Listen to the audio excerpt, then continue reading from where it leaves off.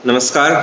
पहली की क्लास में हमने पढ़ा था बेसिक फीचर ऑफ कॉन्स्टिट्यूशन, अपने संविधान की कुछ प्रमुख विशेषताएं, जिसके अंदर हमने देखा था कि भारत का जो संविधान है वो सबसे बड़ा संविधान है, रिटर्न में है। इसके अलावा उसकी जो 5 बेसिक फीचर्स हैं वो हमने डिस्कस करी थी, जिनके अंदर था सॉवरेन, पहला संपूर्ण प्रभुत्व संपन्न, दूसरा था उसके अंदर सोशलिस्ट समाजवादी, तीसरा था सेक्युलर पंथ निरपेक्ष धर्मनिरपेक्ष, उसके बाद था डेमोक्रेटिक लोकतंत्रात्मक और रिपब्लिक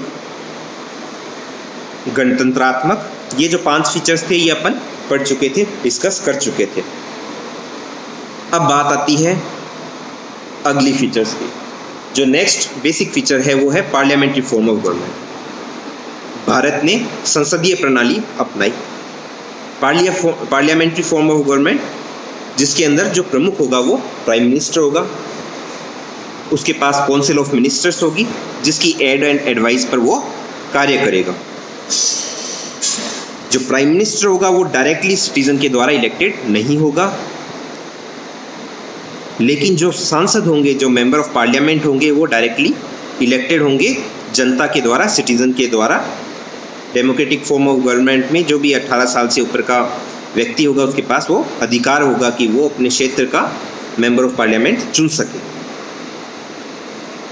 तो इस तरह से हमने जो व्यवस्था अपनाई वो अपनाई पार्लियामेंट्री फॉर्म ऑफ गवर्नमेंट, ना कि प्रेसिडेंशियल फॉर्म ऑफ गवर्नमेंट। जिस तरह से अमेरिका में प्रेसिडेंशियल फॉर्म ऑफ गवर्नमेंट है, वहाँ पर मेन जो होता है वो होता है प्रेसिडेंट होता है। वो काउंसिल ऑफ मिनिस्टर्स जो होती है उसकी वो इलेक्टेड नहीं होती, वो चाहे उसको अपने काउंसिल ऑफ मिनिस्टर्स में रख सकता है, उनको इलेक्ट होना ज़रूरी नहीं होता है। इंडिया में काउंसिल ऑफ मिनिस्टर के लिए उस व्यक्ति को इलेक्ट होना ज़रूरी है, अगर वो नहीं है तो उसको 6 महीने के अंदर इलेक्ट होना पड़ता है। वहाँ पर ऐसा नहीं, किसी भी व्यक्ति को जब प्रेसिडेंट चाहे तो अपने काउंसिल ऑफ मिनिस्टर में उसको रख सकता है। भारत में 5 साल का कार्यकाल रखा गया संसद का, जैसे कि अमेरिका में 4 साल है। तो इस तरह से हमने जो 2 व्यवस्था थी हमारे सामने, उनमें से एक अपनानी थी। या तो हम प्रेसिडेंशियल फॉर्म ऑफ गवर्नमेंट अपना सकते थे, या हम prime minister form of government अपना सकते थे। हमने ये तय किया कि prime minister form of government हम अपनाएं। उसी की तर्ज पर राज्य में विधानसभा होते हैं, जैसे वहाँ पर प्राइम मिनिस्टर होता है, वहाँ पर यहाँ पर चीफ मिनिस्टर होता है, MP की जगह MLA होते हैं। सेम वैसी सी व्यवस्था ही यहाँ पर भी स्थापित की गई। तो ये एक बेसिक फीचर्स में आता है संविधान के कि हमने पार्लियामेंट्री फॉर्म ऑफ गवर्नमेंट, संसदीय प्रणाली व्यवस्था हमने स्थापित करी। उसके बाद अगर हम देखें जो फीचर्स ऑफ कॉन्स्टिट्यूशन, उसके अंदर आता है कि जो भारत का संविधान है वो दोनों तरह से रिजिड भी है और फ्लेक्सिबल भी है। रिजिड इस सेंस में है जो संविधान में अमेंडमेंट करना है उसके 2-3 तरह से अमेंडमेंट किए जा सकते हैं। कुछ अमेंडमेंट है बहुत सिंपल मेजोरिटी से किए जा सकते हैं, किसी के लिए कुछ संशोधन के लिए 2/3 बहुमत की जरूरत होती है। जो संविधान के 368 आर्टिकल है उसमें बता रखा है कि किस तरह के मामलों में सिंपल मेजोरिटी से हो जाती है, किस तरह के मामले में स्पेशल मेजोरिटी की जरूरत होती है, और किस तरह के मामले में राज्यों के पास भी बिल भेजा जाता है और उनकी भी अनुमति चाहिए होती है। तो इसलिए भारत के संविधान में दोनों ही तरह की व्यवस्था स्थापित करी। कुछ जो प्रोविज़न है वो बहुत इजीली अमेंड हो सकते हैं, और कुछ प्रोविज़न्स है वो उनको अमेंड करने के लिए आपको स्पेशल मेजॉरिटी की ज़रूरत होती है। तो इसलिए इस तरह से माना गया है कि भारत का जो संविधान है वो रिजिड एंड फ्लेक्सिबल दोनों है। इसी तरह से उसी चीज़ को अपनाते हुए अभी तक 100 से भी ज़्यादा बार संशोधन भारत के संविधान में किए जा चुके हैं। उसके बाद अपन जब अगली फीचर देखते हैं संविधान की, वो है फंडामेंटल राइट्स। जो सबसे प्रमुख अंग माना गया है संविधान का, फंडामेंटल राइट, पार्ट 3 में दिया गया है। आर्टिकल 12 से लेकर के आर्टिकल 35 तक चलते हैं, जिसमें अधिकार आपके मूलतः 14 से लेकर के 32 तक आते हैं। फंडामेंटल राइट क्यों इम्पोर्टेंट है? फंडामेंटल राइट वह राइट है जो बाई बर्थ, जन्म से भारत का नागरिक लेकर जन्मता है, उसके जन्म के साथ ही उसको वो अधिकार मिल जाते हैं, उसके साथ अटैच हो जाते हैं। और ज़्यादा इम्पोर्टेंट इसलिए हो जाता है क्योंकि ये अधिकार किसी भी परिस्थिति में उससे लिए नहीं जा सकते। बहुत ही एक दो लिमिटेड परिस्थिति है जिसमें संविधान में ही ये बताया गया है कि किन किन परिस्थिति में वो लिए जा सकते हैं। उसके अलावा किसी भी परिस्थिति में जनरल जो बात आती है उसमें यही माना जाता है कि किसी भी परिस्थिति में वो जो राइट है वो नागरिक से नहीं लिए जा सकते। कोई सरकार अगर ऐसा कानून ले आती है जिस कानून से किसी का फंडामेंटल राइट लिया जा रहा है तो वो कानून भी शून्य होगा, कानून को भी असंवैधानिक डिक्लेयर कर दिया जाएगा। तो कानून के द्वारा भी वो अधिकार नहीं लिए जा सकते हैं। उन अधिकारों को एक तरह से दो भागों में आगे बांटा जा सकता है। कुछ अधिकार ऐसे हैं जो नॉन सिटीजन्स को भी अवेलेबल है, जो कोई बाहर से अगर टूरिस्ट आया है या कोई फॉरेनर है, एलियन है, जैसे इसको लीगल लैंग्वेज में एलियन भी कहा जाता है बाहर के नागरिक को, उसको भी वो अधिकार है। और सारे अधिकार नागरिक को तो उपलब्ध है ही है, ऐसा कोई अधिकार नहीं है जो नागरिक को नहीं और फॉरेनर को हो, लेकिन काफ़ी अधिकार ऐसे हैं जो फॉरेनर्स को अवेलेबल नहीं है। तो इसलिए इसको सबसे प्रमुख चीज़ माना गया है। किसी का भी कोई भी राइट अगर किसी भी तरह से उसका वायोलेशन होता है सरकार के द्वारा, राज्य के द्वारा, तो उसके अगेंस्ट वो रिट कर सकता है, सुप्रीम कोर्ट में कर सकता है, हाई कोर्ट में कर सकता है। 5 तरह की रिट है वो संविधान के अंदर खुद में प्रोवाइडेड है, habeas corpus, mandamus, prohibition, quo warranto और सर्चोरारी। ये 5 रिट का स्पेसिफिक नाम के साथ जो संविधान है उसके अंदर ये वर्णित है।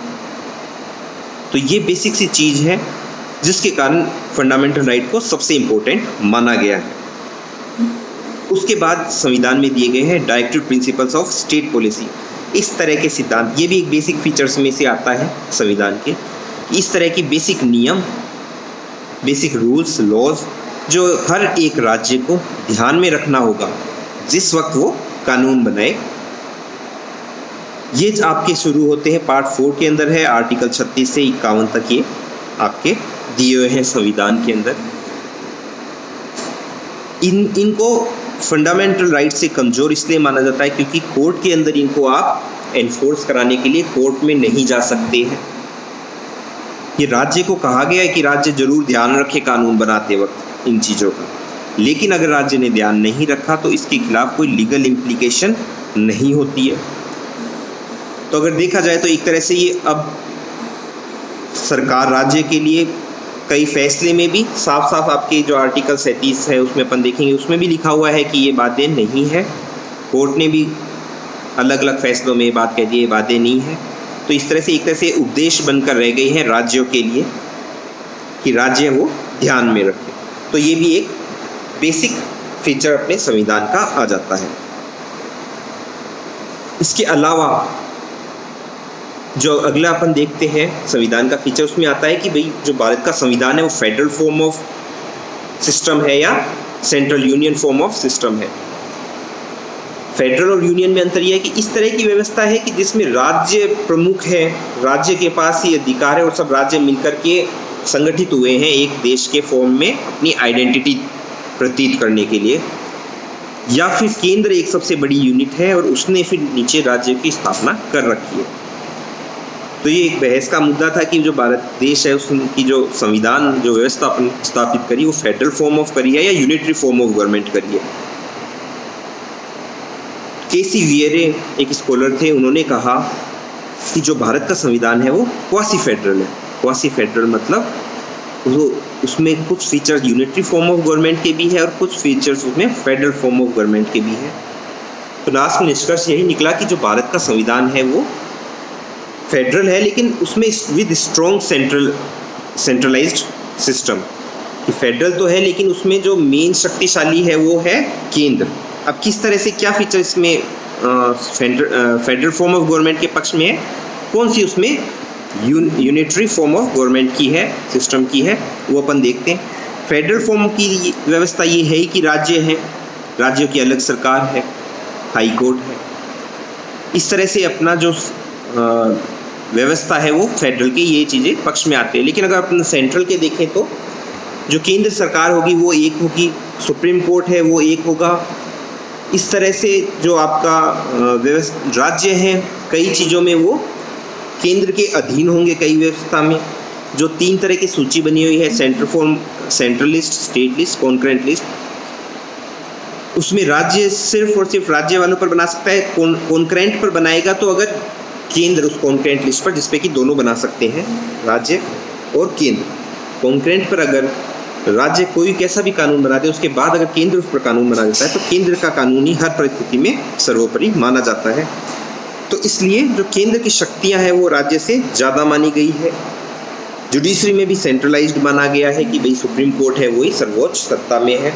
तो इस तरह से अपना जो व्यवस्था है उसको, जो फीचर्स है उसके माने गए हैं, थोड़ी यूनिटरी फॉर्म ऑफ गवर्नमेंट की तरफ करते हुए दिखाई देते हैं।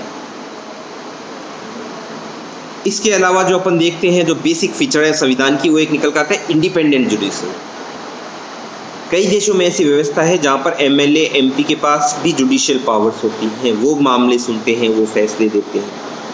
लेकिन भारत में इस तरह की व्यवस्था स्थापित करी कि किसी भी तरह से जुडिशरी है वो सरकार से अलग रहे। लेजिस्लेचर, एग्जीक्यूटिव, जुडिशरी, 3 अंग है, उनको कोशिश पूरी रखी गई है कि अलग अलग इंडिपेंडेंट हो।